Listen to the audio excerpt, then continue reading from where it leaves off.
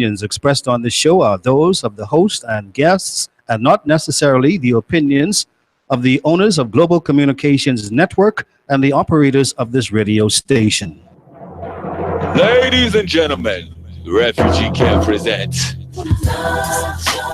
for all relationships, for regrets, for disagreements, for breaking up and making up, for all those out there jonesing for love. It's Love Jones right here, right now on Global 99.5. Good morning. I love you guys so much. I'm going to use the last bit of my voice that's left in Neverland to do the show.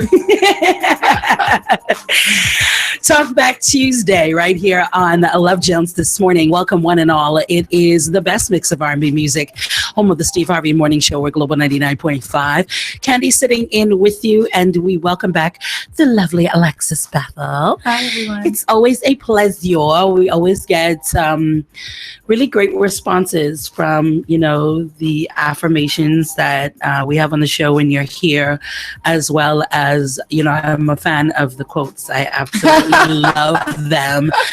It leaves really great mojo for, the rest of the day, the week, and all that. So it's fantastic to have you here. Let me say before I do anything, 812-1787 is your text and WhatsApp line. Of course, you can call in live at 326-0272. That's live in studio. Global 99.5 FM is our Facebook page. You can watch live as we stream, as well as Love Jones Crew on our Facebook page.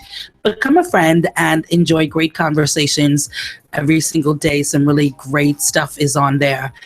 The thing that we really want to get into today is an overwhelming bit of writings that we've been seemingly getting over the last 2 weeks that's made it very difficult to ignore, where people are really having a tough time with having balance, equilibrium, center, focus.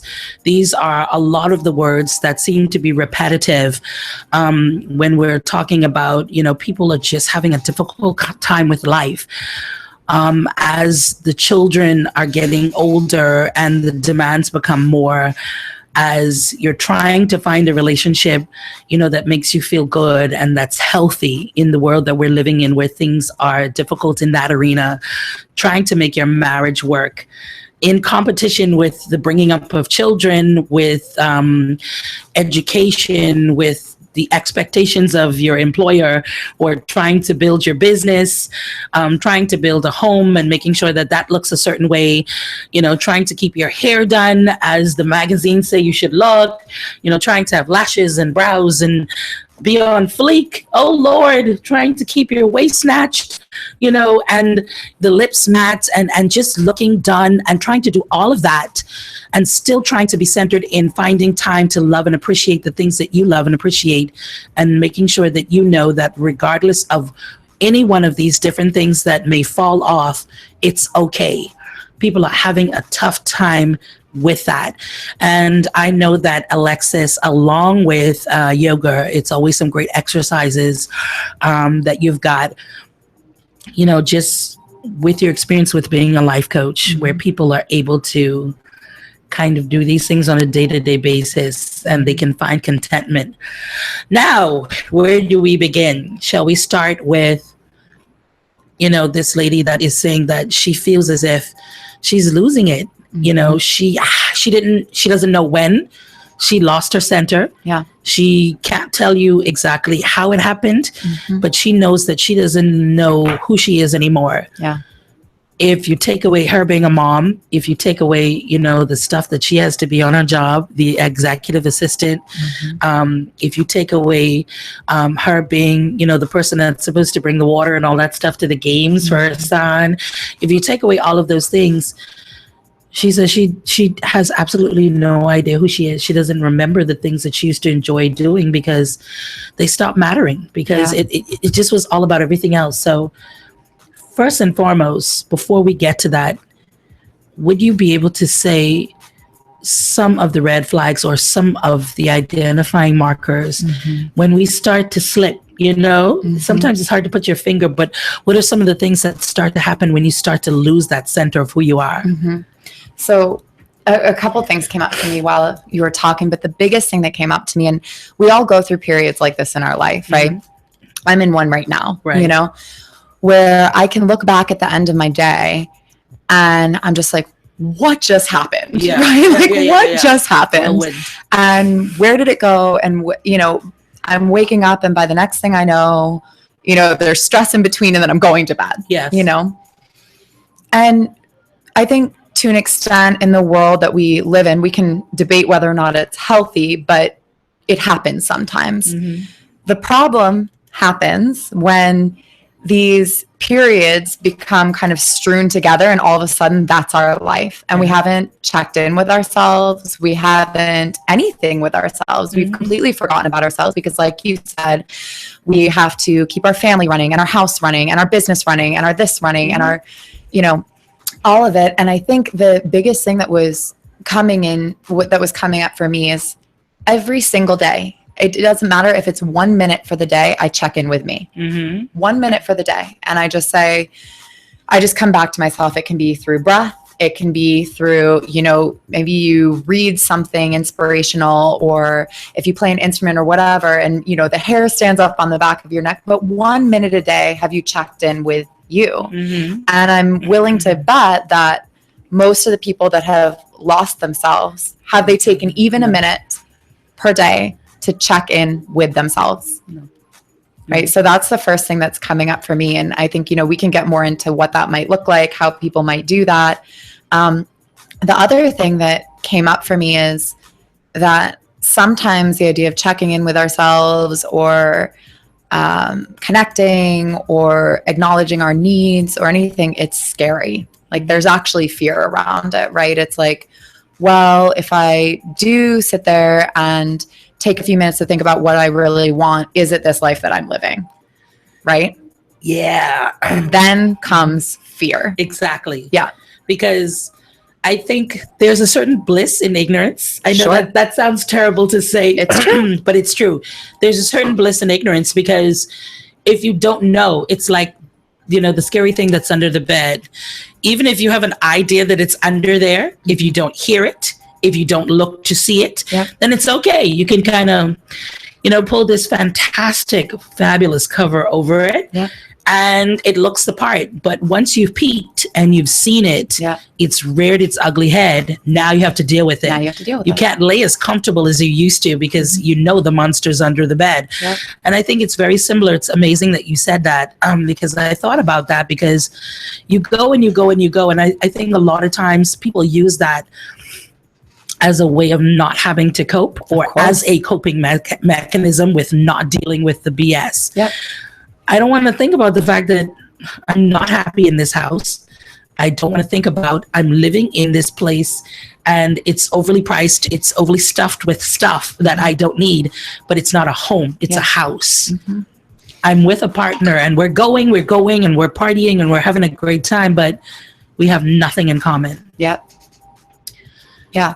And that's, you know, that it's exactly what you said. It's that idea of once it's there, you have to deal with it. But a lot of times the alternative, and this isn't the case for everyone, right? No. And this woman that wrote in, it doesn't have to be the case for her, but the alternative is that you stuff those things under and fill your life up with stuff. Yeah. And then it hits you and you're like, who am I? What am I doing? Right? It's going to come find you either way. It's just Exactly. a matter of if you deal with it head on or it kind of, yeah, it turning it uncovers off. itself eventually. right. Yeah.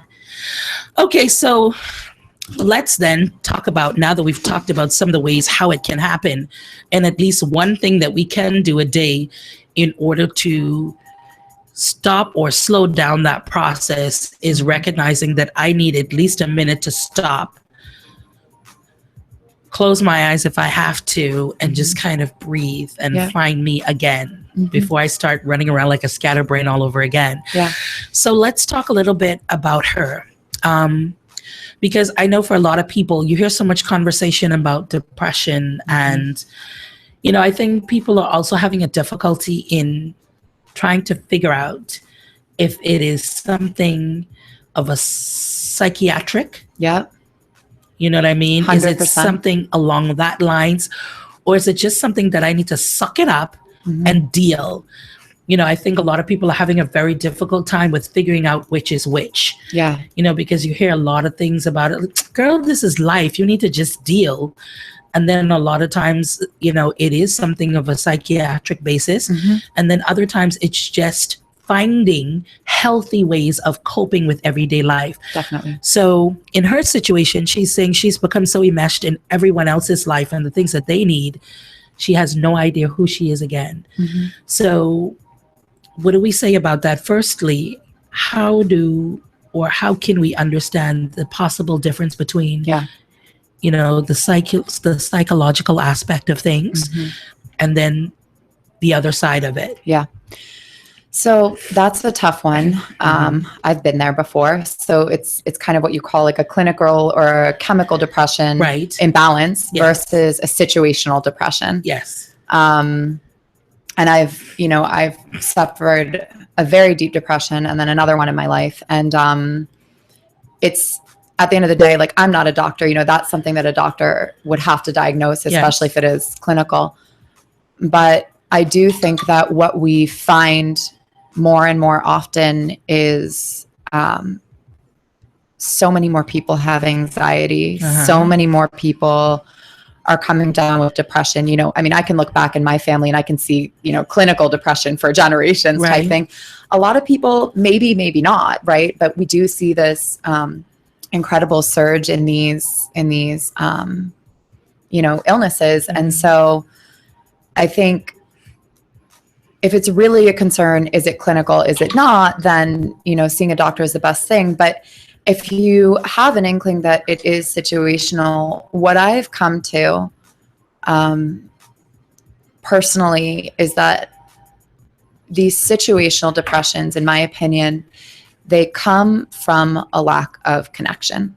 It can be connection to other people, but to me, it's connection to yourself. Because when you know, and this gets kind of very like yogic, so I don't want to like go too deep into this, but when you realize that we are connected to, you know, the source, whether that source to you is God, whether it's the universe, whether it's the divine, whether it's, you know, the soul that lives within you. And when we realize how interconnected we are to all other beings, it forces us to come back to ourselves. And it's that lack of connection and this instead connection with the other things in life that aren't actually providing any source of depth or any source of real foundation for us, that it's really easy to lose yourself. I mean, so I'm not talking about, for instance, you know, being a mom, but think about all these other things. If you're in an unfulfilling relationship and you're just going out and you're doing whatever, and you have this house full of stuff, and these are the things that you've put your value into, how in the world are you going to find a deeper source of connection, right? So for me, that's what the situational side is really about. I think that when you get more into having children and losing yourself in that sort of, you know, that sort of just busyness all the time, that's when I come back to really checking in with yourself. And a lot of times what I'll hear moms say is, well, I can't do that because I have to do this for my kids. I don't, you know, I'm a life coach. I don't have time for an hour of coaching a week. I can't come to yoga because I don't have time. And what I say to them is, if you don't have time, you're the person that needs to make time the most, right? You're the person that needs to carve out this time the most, because again, those are the spaces, and it doesn't have to be those. Maybe it's going to church. Maybe it's having coffee with family or really good friends, whatever it is. Those are the things that bring you back to that thing that I called source. And when you completely become separate from that because you started living your life for somebody else, what do we expect to happen or to be the outcome? Right. I find it, I understand totally what you're saying. I can understand where she is too, because what it is a situation where you need it, but it's kind of destroying at the same time. And I say that to say, for instance, with children, for me, with every other thing that's going on, even times when I get really sick or whatever else it is happening in my life, they are a source, not my source or the source, but they are a source for me to motivate. I have to get up and I have to go because I am what it is that they have, so for me, it assists me in functionality, but it also puts such immense pressure of having to be everything for these little people. It's a lot on you. So I'm guessing that's a part of what her problem is. Definitely. And a lot of other people that have that same issue. I know a lot of men, have talked about it. Some of the men in our group have talked about probably being on a job that they really dislike and that is so stressful and so much strain on them, but they cannot, is the word that they use, quit because it's the source of finance that their family depends on so heavily. So, these are the kinds of things that are everyday stressors for people. So I understand what you're saying, but I think that's a great place to begin, because if you can figure out that it's not a situational, then you know that there are other things now that you have to explore. And if that means seeking the assistance of a physician, then that's what you need to do. But you have to start at a place in order to figure it out. Yeah. Some people are just going until they're all the way gone. Yeah. Yeah. And I think that's, we talked about this a few weeks back, but it's this idea of, like you said, well, my kids, there's an immense pressure to knowing that my kids depend on me. And what I always come back to is like, what type of example do we want to lead for them? Right. And B, if we can find a way to carve a little bit of time out, maybe you don't have time to get a sitter or you don't have the money to get a sitter, and you go online and you do, I'm just saying yoga because that's my thing, That's right? your But go-to. you do 20 minutes of yoga, or you download an app like Buddhify or Headspace and you do 10 minutes of meditation. Even giving your mind that physical rest from stress and anxiety helps to reset you. And that's the version of you that everyone else gets, right? So my thing to people is always, maybe it's really not taking an hour and a half out of your day. Maybe that's really not realistic, but can you start somewhere? Can you start with something? Can you find one thing? Maybe you love classical music and you take 10 minutes out to listen to a piece and just sit there and lock yourself in your room and just say, I'm going to do this. But can you find one thing that gives your mind the mental break and that makes you happy or that gives you joy? Yeah.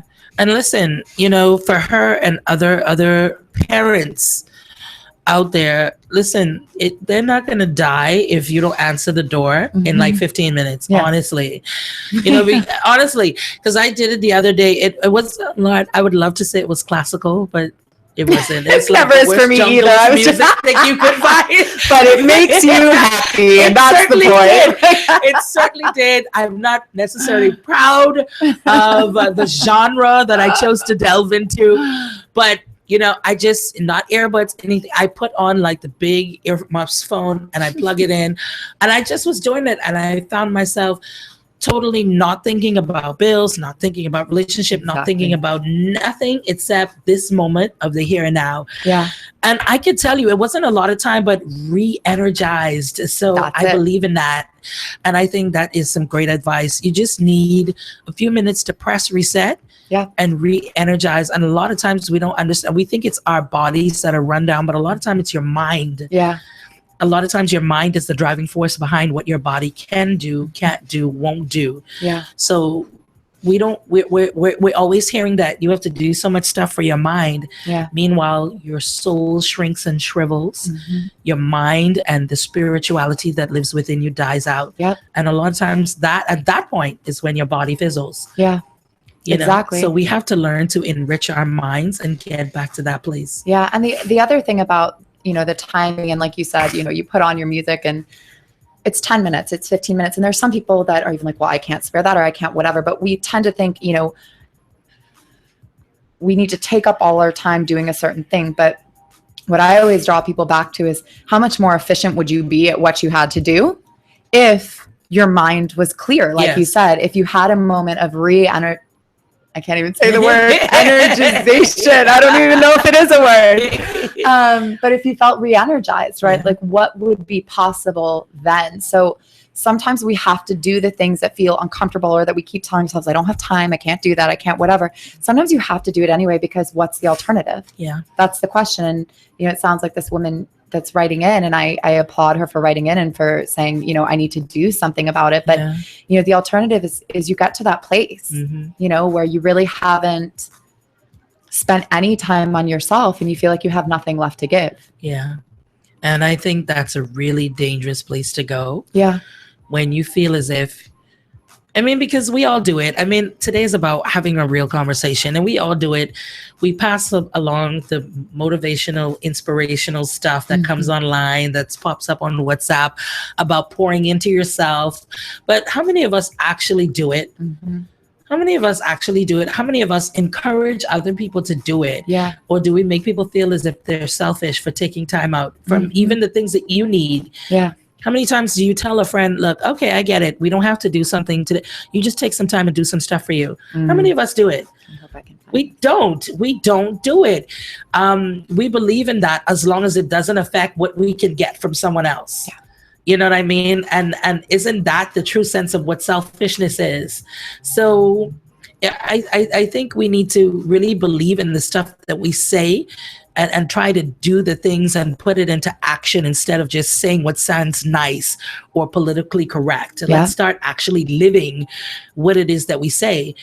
You know, there's a guy that also wrote in, and it was about 2 weeks ago, and I stumbled on the letter a little bit, but I was saving it for when you came in. You know, when he said, you know, I used to have my kids all the time.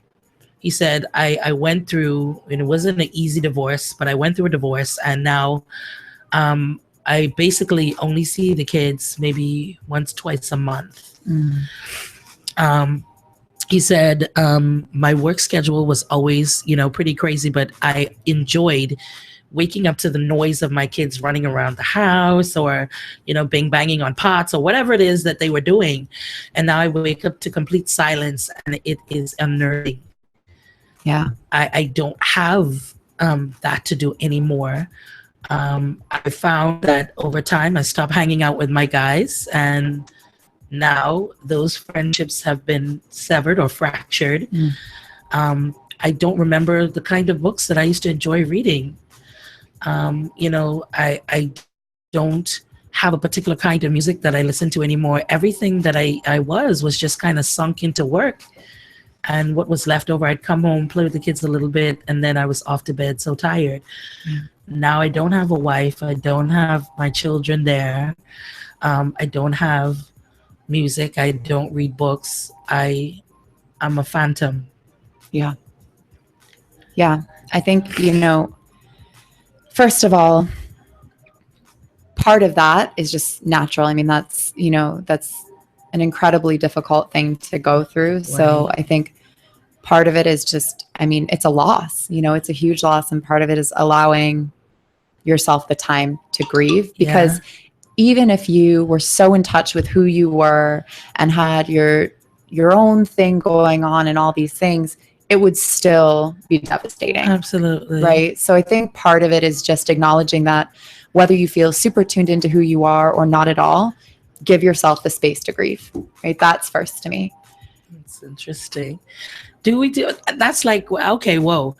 Because I say it all the time, but when you say it like that, we don't do it. We lose relationships, right? We get divorced, or we break up with someone that was in our life for like 5 years or whatever. And you just like, pick it up and let's just move on. That's the best way to cope. And that's what everyone tells you. Like, life is about moving on and getting over stuff. Are you really getting over though? We don't grieve. Hey, this person was a part of my life, intertwined in my family's life, and Thanksgiving they sat there at the table, and now this immense entity has been removed. Yeah, we don't grieve over losses in our life, and then they come back to bite us big time. I like that. Grieve. Allow yourself time to grieve over losses. Because the thing is, all of these experiences that we've had in life, most of us have not fully dealt with, you know, with tragedy, with difficulty, with loss, with all of these things. And as a result, we wonder why we're walking around as, you know, people who are, I was going to say, damaged, but that's not the right word because we're not damaged, right? Like we all have it. And so it's normal, but we wonder why we're walking around holding on to all this baggage that we can't seem to shed, and we're putting it on to different people in different ways in our life. And we all do it. This is not specific to anybody, but, you know, let me give you an example. If, you know, my whole thing was I'm not enough, or, you know, I'm not good enough, I'm not smart enough, and I'm carrying that around and I haven't dealt with that. It's not a loss, but if I haven't really come to terms with what was said, how did that hurt my feelings? How did this, whatever, then my whole life as I interact with people, I'm subconsciously putting that onto them, right? Like I'm talking crap about other people. I'm making them not enough. I'm whatever. We do it with anything in our lives, right? So if you haven't dealt with this loss, I'm not saying you're putting loss onto other people, but in some way that pain will translate onto other people. And it does. And it does. And we all have that pain that we walk around with because we're not really taught. Like you said, we're taught, all right, suck it up, move on, get over it. You don't get over things, you get through things. Yes. Right. And so that's why I say that. And that's part of what I do. There's this, you know, amazing author. Her name is Janine Roth, and she wrote this book called Women, Food, and God. And it deals with emotional eating. And, you know, having suffered from eating disorders in the past, like that was a book that was tremendously helpful to me. But I don't care who you are. If you drink too much to escape your pain, you watch Netflix too much to escape your pain, you have sex, you go out, you do whatever to escape your pain, this book is useful for you, period. And what she says is that we, you know, she uses the example of food, but it can be anything. We bury ourselves in these things so we don't have to face our deepest, darkest fears, vulnerabilities, feelings, all these things. And so to me, like, and that's why I said grieve. Like if you're feeling lost, then feel loss first and feel that loss, whether you're the person that's super connected to yourself or not at all. Then let's have the conversation about getting back in touch with yourself. Right. I think sometimes as human beings, we don't allow ourselves to simply feel. And some people may disagree, and they said human beings are in their feelings far too much. But I think they get trapped in the wrong kinds of feelings. Yeah. I mean, it depends on who you ask. Some will say human beings are now too much about feelings. The logistical side of themselves has totally gone out the door, and it's now all about emotions and feelings. And then you ask someone else, and then they'll say to you, that's not true, not on the healthier side of things. I think a lot of times something happens, depending on who you are, and we're taught the whole point of survival and the way that you survive is to get beyond. And the faster you do that, the faster you can move on with a healthier, better life. But if you've not dealt, you continue to do that. And when you look behind you, there's so much behind you. Exactly. We don't like to identify with pain because it gets back to who we are as human beings, which is weak, so to speak.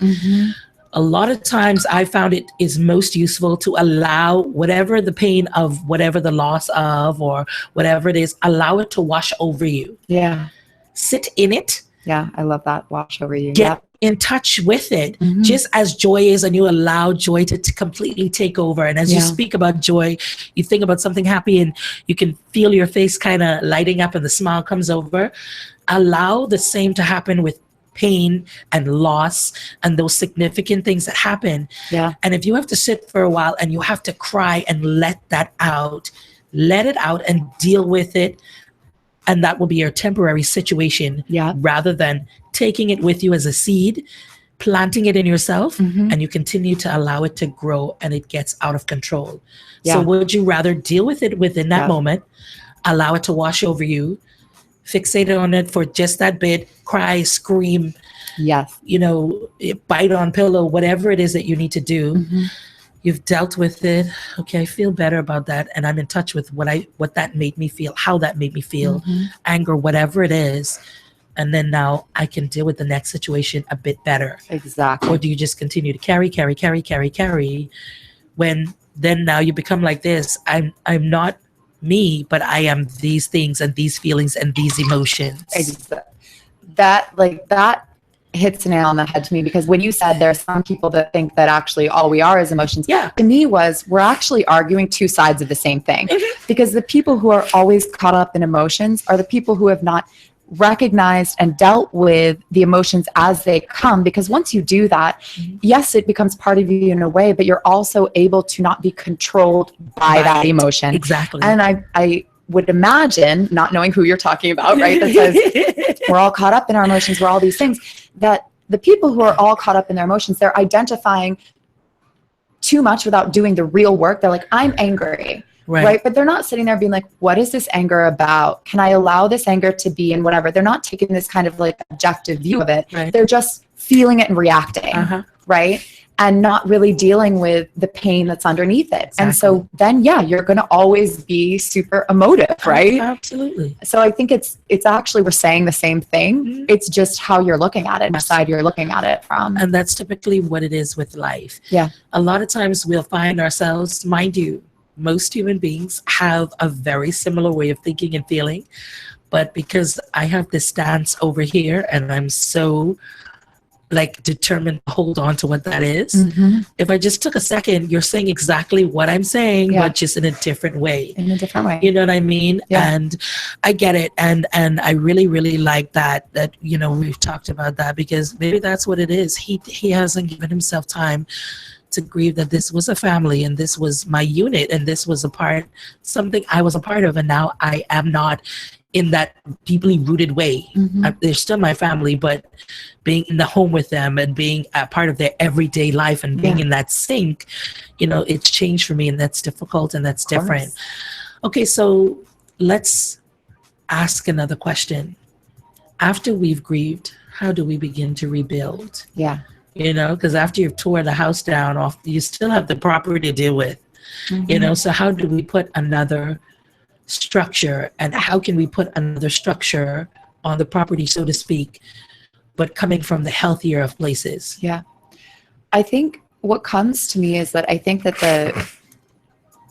the bright side, or like the beautiful thing about loss, or feeling like I'm using these words, he didn't use these words, but feeling like you're hitting a bottom or rock bottom, right, is that it gives you a different perspective on rebuilding. Right. I think that, you know, when I was leaving my past career, and I thought I wanted to be this person for so long, and I'd spent my entire life, I mean, grad school, working 14 hours a day. I had totally spun out. I had broken up with my now husband. I was severely anorexic. I was back on antidepressants. I was so anxiety. I mean, I was spinning out. But it was from that I actually got the ability to say, okay, I tried this before. I tried living to society standards. I tried, you know, caring what other people thought. I tried all of this and it didn't work. So now what do I want? And it actually gives you the space to have a more honest conversation with yourself. And so, you know, what I would say to him, because I think the first time around that we're all doing it, we're all kind of trying to live up to society's standards, right? Let's be real about it. Absolutely. We all are. Of course we are. I hear people say all the time, I don't care what people think. Okay, yeah, well, neither do I, but I do a little bit. Okay, let's be honest. Like, you know, let's just be honest here. Yeah. So I think, you know, the beautiful thing is you start to realize when you've had a loss or a challenge like that in your life, you start to realize what actually matters, right? That's a much different place to come from as you begin to rebuild and reconnect with yourself of what truly matters. What are my real priorities? Is it the house? Is it the car? Is it the this? Or is it having people, you know, in my life that I truly connect with and can communicate with? Like, what is the priority?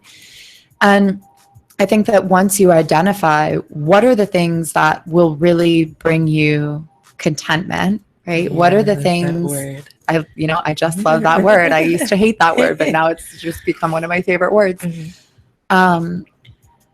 You start to really tune in. And I think, you know, this sounds a little bit kind of far removed, but I think that what you do is when you open up that space, you actually find that things start coming to you, things start finding you.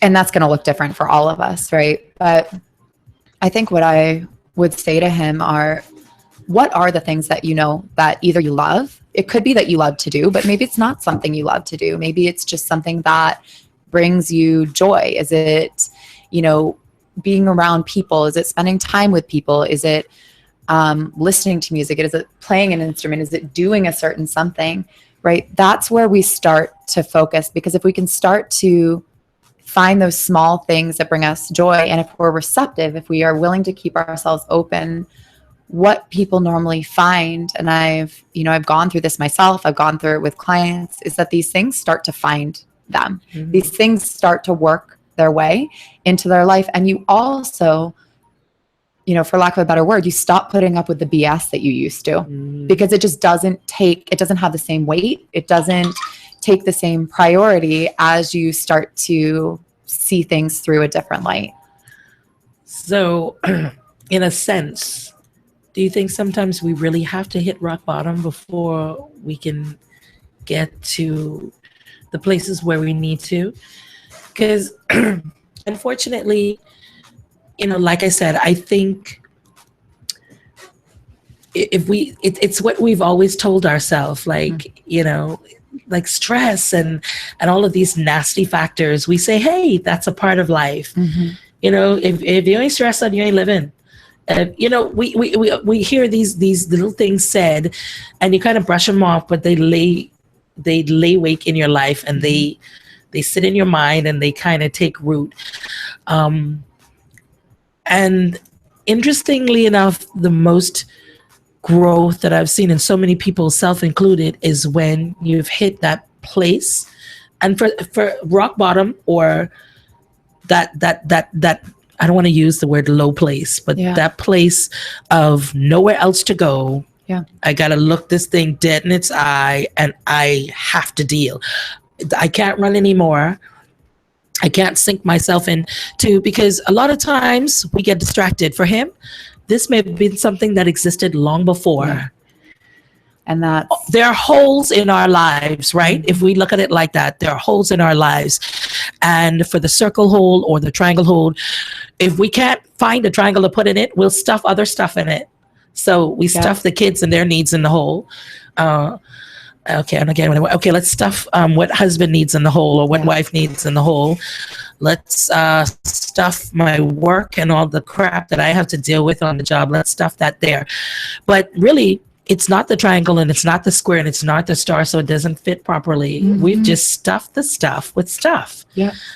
So sometimes those things pre-exist, and it takes a divorce, it takes a breakup, it takes failing out in school, it takes a bout of depression, it takes sometimes these different things to get back to where we should have been to begin with. Mm-hmm. So is it really rock bottom, or is it coming back to scratch where you should have started to begin with? Yeah, that's a good question. My mind is like, I'm like, really? it is. I can see it. I think it depends on the person. And I think the answer is that for a lot of us, yes. Yes, I think so. I think about people like my husband who, the guy just kind of floats along, and people exist like that. Absolutely. I think those are really lucky people. I think there are also people who, from a very young age, who have had such a strong sense of self that they kind of don't need that. But I, 40 of us, myself included, we do one of two things. And again, this is not everyone, but a lot of us do one of two things. We hit rock bottom and we rebuild. Yeah. Or some people will continue to go through and live a mediocre life. And I don't mean mediocre in terms of like job or whatever. I just mean like a life where it's like, well, I guess this is life. I guess that's enough. And never challenging or asking any of the uncomfortable questions because they don't want to deal. Yeah. And I think honestly, a lot of people fit that bill.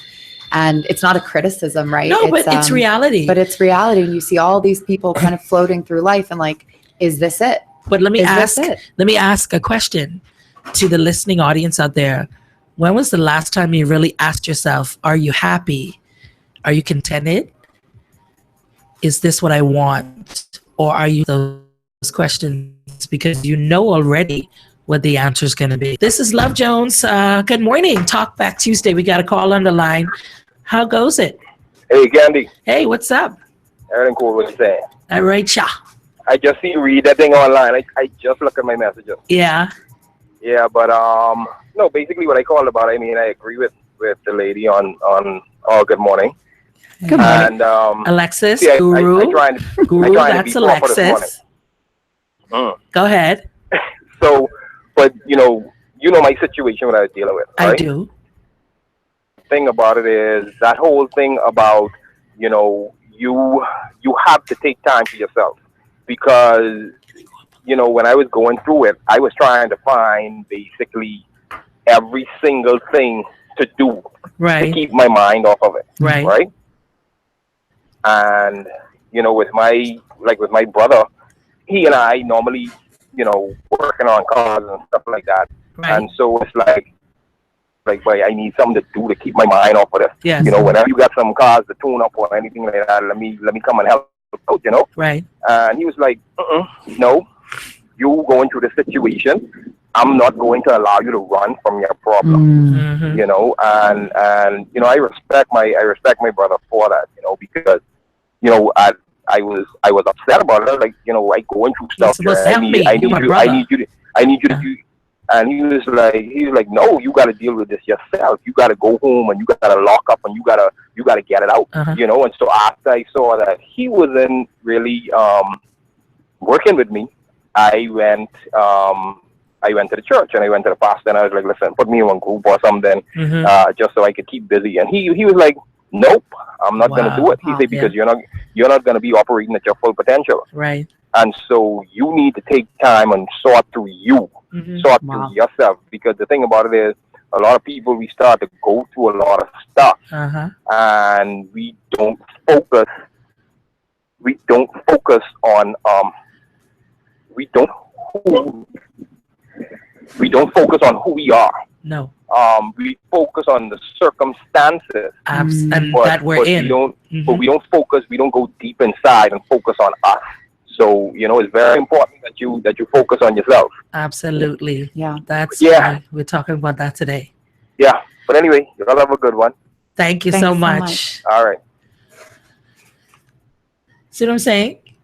I We find that so impressive that two people were able to say that said that to him. because we have enablers in our life. They don't mean to be. Yeah, I mean, they think they're doing They a think kind that they're thing. doing you a service by But being that- there for you. But that was that's the the kind best thing thing. that could have happened. Yeah. So in that and the things that we've been saying is a lesson. Persons that are on either side of the coin, if someone is going through, like I said, if he had not had that experience, he wouldn't have been able to grieve the loss of Yeah. what he lost out on. And not grieving with that, he would have been in a totally different headspace that he's in right now. Yeah. Where he can look back and say, I ain't gonna lie, I was mad at first. I was kind of upset, Yeah. because in our minds as people, you're supposed to be there for me. If I tell you I don't want to think, but then I want to go party, get the bottles and let's go.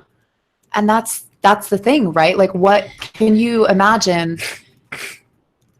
What are the things that most people turn to when they don't want to deal with it? They go out and they party, Uh-huh. and they find random people and Yeah. they drink too much, or they do drugs, or they One night stands. whatever it is. But instead, I mean, I can't believe that, I really They can't were that he had able two to people say- in his life right. that were able to say no, No. because that's the reason that he could make this phone call right Yeah. now and have that conversation, right? He was looking to stuff the stuff with stuff. Yeah, exactly. I love it. To stuff the stuff with stuff, right? Pain's just an emotion. It needs to be felt like Yeah. any other emotion, right? Yeah. And once you feel it, it allows it to subside. But yeah, I love that. I just got the biggest goosebumps while he was talking. So It's that was a wow moment. Okay, let's look at it in a way where someone else would be able to understand. okay, Have you ever had a toothache? yeah, Right? not fun. Not fun at all. But I found that when you take a painkiller, and for instance, a painkiller for us is going to be dealing with the ish, right? It's going to be buckling down and saying, okay, here's what I did to cause this. Here are the circumstances that I'm now in. How do I deal with these things? How can I change these things? Whatever it is that it is, and whatever that conversation is that you have with yourself. So let's say that's the painkiller. For me, I've taken painkillers, and listen, right before it kicks in is when you get to that pinnacle of pain that you feel like you're going to pass the hell out. It doesn't just soothe you into or lull you into this, oh, and then the pain just floats. No. Yeah. You get to that place where your tooth is throbbing, it is hurting, it is numbing your brain. You cannot think, function, focus because the pain is so immense. Yeah. And then it's gone. Yeah. You didn't have a choice. Here it is. What are you going to snatch your freaking tooth out? Or you got to wait, right? Yeah. Or even if it's out, you've got to wait for the dentist. You've got to wait for the painkiller. You've got to wait. So what are you doing during that interim? Yeah. You know, it's interesting when you said that, and I can totally see that analogy, and but a slightly different one comes up for me, and it's with a toothache. And there's actually this amazing book. I read it a lot in yin yoga classes. It's called "Who Ordered This Truckload of Dung?" And it's Of all things. yeah, it's 108 different stories, and each chapter, has 5 or 6 stories about different things in life. And there is one on fear and pain. Right. And he talks about a toothache, and he talks about this idea of, and so this guy was a monk. He was, born in England, whatever, went to live in the forest of Thailand, all this stuff. And so he's all these incredible stories, and some of them are very funny, some a little more sad, but anyway.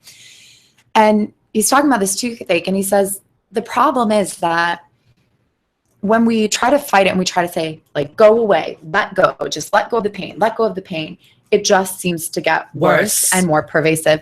And it's not until we actually just give into it that it's not that it's not there, but the pain is not all we see. Yes. And so, I would say that what we do when we try to avoid pain, or we're just saying, let go, go away, get rid of this out of my life, whatever it is, that we're actually not only just trying to mask it, it's making it more central to our life. It could be showing up in totally different ways, and catastrophic behavior or whatever it is, but it doesn't go away. It's not by giving into it and allowing it to be what and where it needs to be, that it begins to subside, and not to, it doesn't mean it just goes away, but it begins to not become the central focus of our lives anymore. Exactly. Let it wash over you. Let it wash over and you. sometimes you absolutely just have to. Yeah.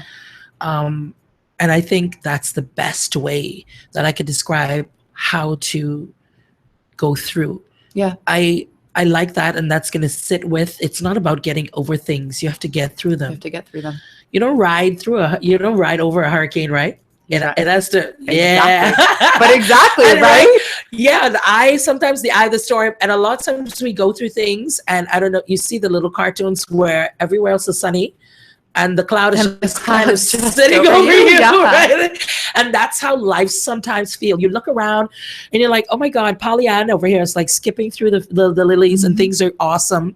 You look at dude over here that hasn't busted his hump as much as I have on the job, and yet he's living this lavish life. It's like, well, frick, like, could someone just release me from... Yeah. But perhaps it continues to sit over you because you don't say, okay, here it is. Yeah. What can I do? I can't worry about who's living what life and what's going on over there. Let's put focus here. Yeah. And what can I do to improve self circumstances and motivate myself and become one with what I need? And then I could be living my own kind of life. And that doesn't, success, as I always tell people, looks different and feels different for everyone. Stop being this person filled with comparisons. I'm not successful, or I'm not happy because I don't have what he has. Yeah. I don't have what she has. You don't even know if that person is even the slightest bit happy. Everyone lives a farce at some point. My dad would always used to say to me, he'd say this quote, and it was, whenever you compare yourself to others, you're comparing the outside of them to the inside of you. Right? I'm going to need that again, because Dad is like doing the philosophy jam over here. But isn't that the truth, though? It is. Of course it is. Whoa. Put that again. I think that could be my next one. Okay. Whenever you compare yourself to others, Right. you're comparing the outside of them to the inside of you. Mm. Take that and stew on that for a second. Why don't you? That's big. Oh, wow.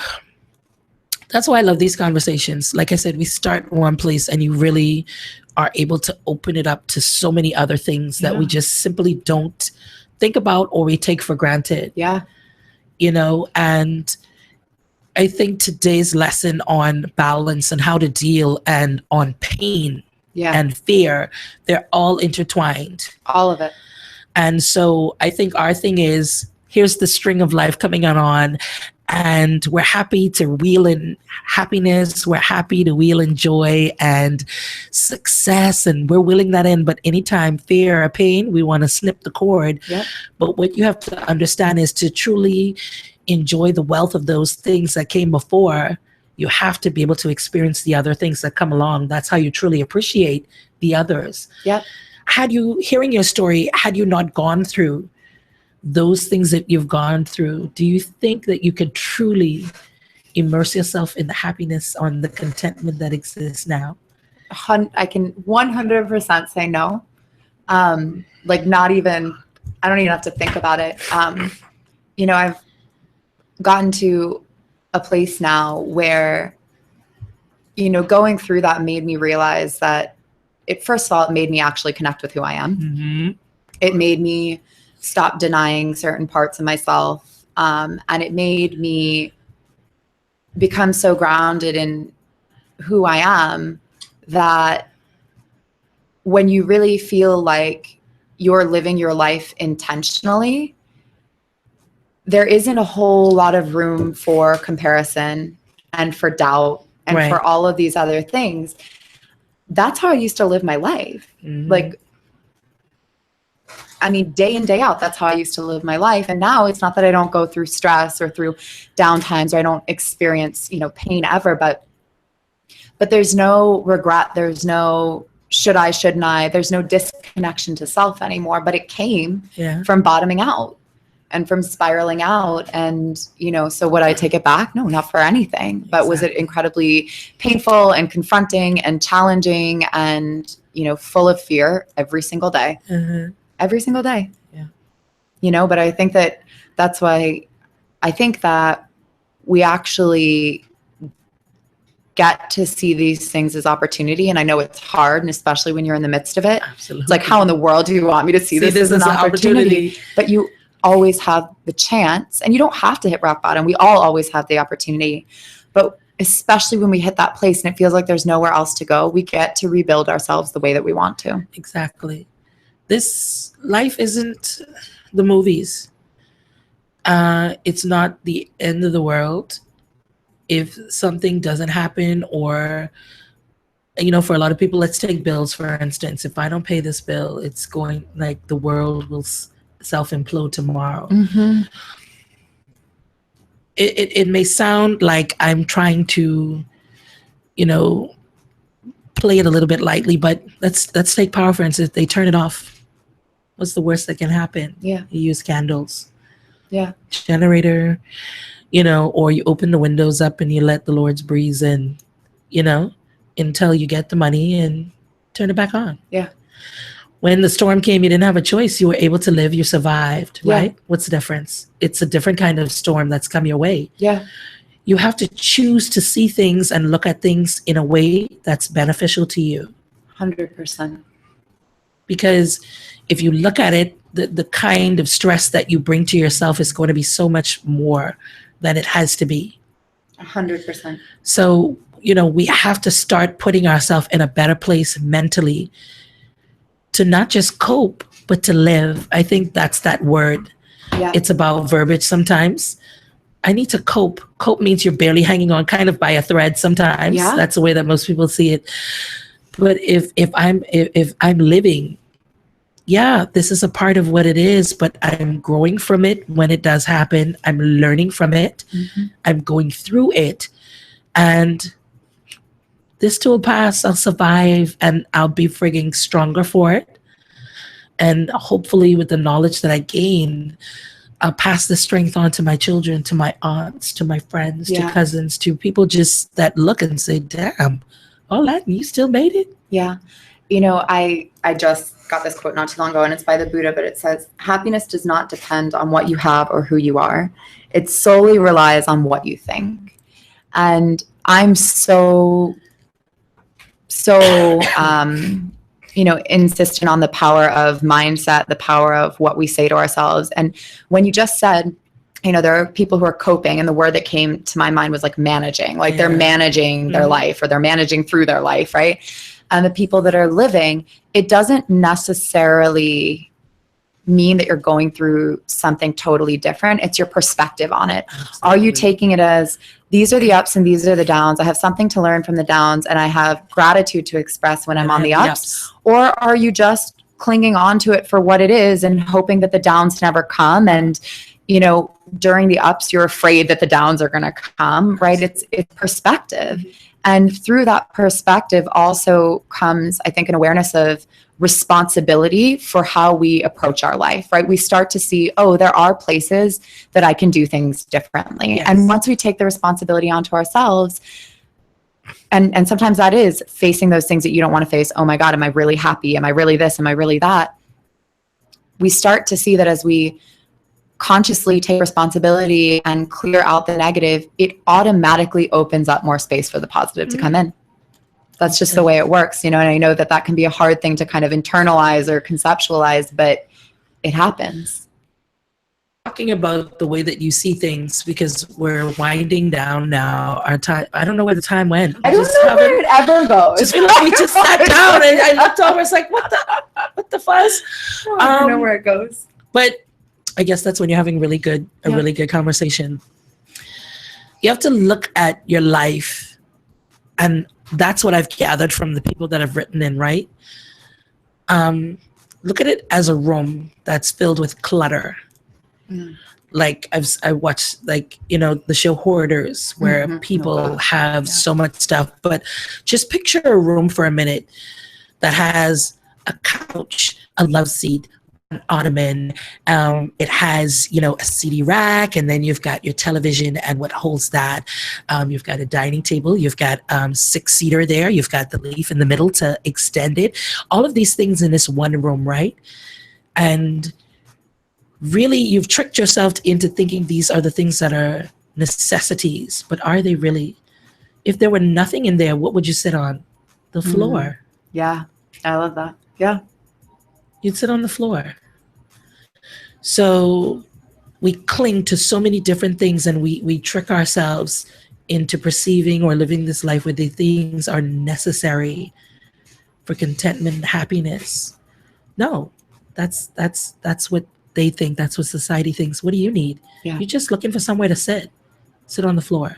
Exactly. Simplify and declutter your life and focus and find center. And that center means you alone in your decluttered room, sitting on the floor. Doesn't matter. No one has to come over to your house. If you don't like it, don't visit here. Yeah. That's my nugget for the day. Love it. Oh gosh, a nugget. Do I have a nugget? Every time I forget about the nugget. Okay, give me 1 second to think. Or really great. You always have great quotes. If you don't, your nuggets can be a quote. Your nuggets can be something from you, whatever it is. Okay, here's my nugget. My nugget would be, I love that we're calling it nuggets. My nugget of wisdom. No, my nugget would be every single thing and experience in life has the opportunity to teach you, right? So either to teach you a lesson, to teach you about yourself, to bring you closer to yourself, if you are willing to see it that way. Perception is key. And we're not talking about perception, anybody else but yourself. Most important person ever. Yeah. I love it. I feel more balanced already. Yeah, I love it. And I thank you, Guru, for calling in. I thank you to those that had the courage to write in. I hope that, everyone under the sounds of our voice picked up something today on not just how to cope, but how to live, and how to truly allow things to wash over you and deal with those things head on, and then go through them so that you can get on to the contentment and the living part of life. Because if you're not living, then what's the point of it all? So that does it for us. And of course, as always, Alexis puts neat little things on our Love Jones crew page that you can draw from. And if you're looking for another way to get centered to you, of course, yoga is a fantastic way of doing. And I would say to do that, of course, we've got the Goddess Circle as well. Yeah. Quick, drop a little something on it. So Goddess Circle this month will be Wednesday, April 26th at Studio Hana, and Tina Klinaris will be talking about transforming pain into purpose. So actually so relevant Right? to what we're speaking about. Yep. And then, yoga, we're at Studio Hana in Cable Beach. So if you ever want to drop by, we'd love to see you. Refocus and recenter. That was confirmation for me right there. Yep. The fact that we're talking about that, and that's what Goddess Circle is about this month. I thank you, a ray of sunshine as always, Thank with a you wealth so of much wisdom. for having me. Thank you, Alexis. And of course, you can reach out if you're interested in, the experience of life coach, or whether it's yoga or whatever, or just a conversation to lead you somewhere else. Alexis is a great point of reference for that. So seek out, look, and find. But Love Jones crew page, become a friend. You can watch this video later on. We're streaming live on Global as well as our Facebook page. And I just hope that you've learned something, you've picked up something that helps you in a facet of your life today. It's what we live for. Continue to keep it locked in. This was Love Jones on The Real Sound with the best mix of R&B music. We're home of the Steve Harvey Morning Show. Join us again tomorrow at 11 o'clock for more great conversation to better your life so that you don't have to Jones for love of yourself or anyone else ever again.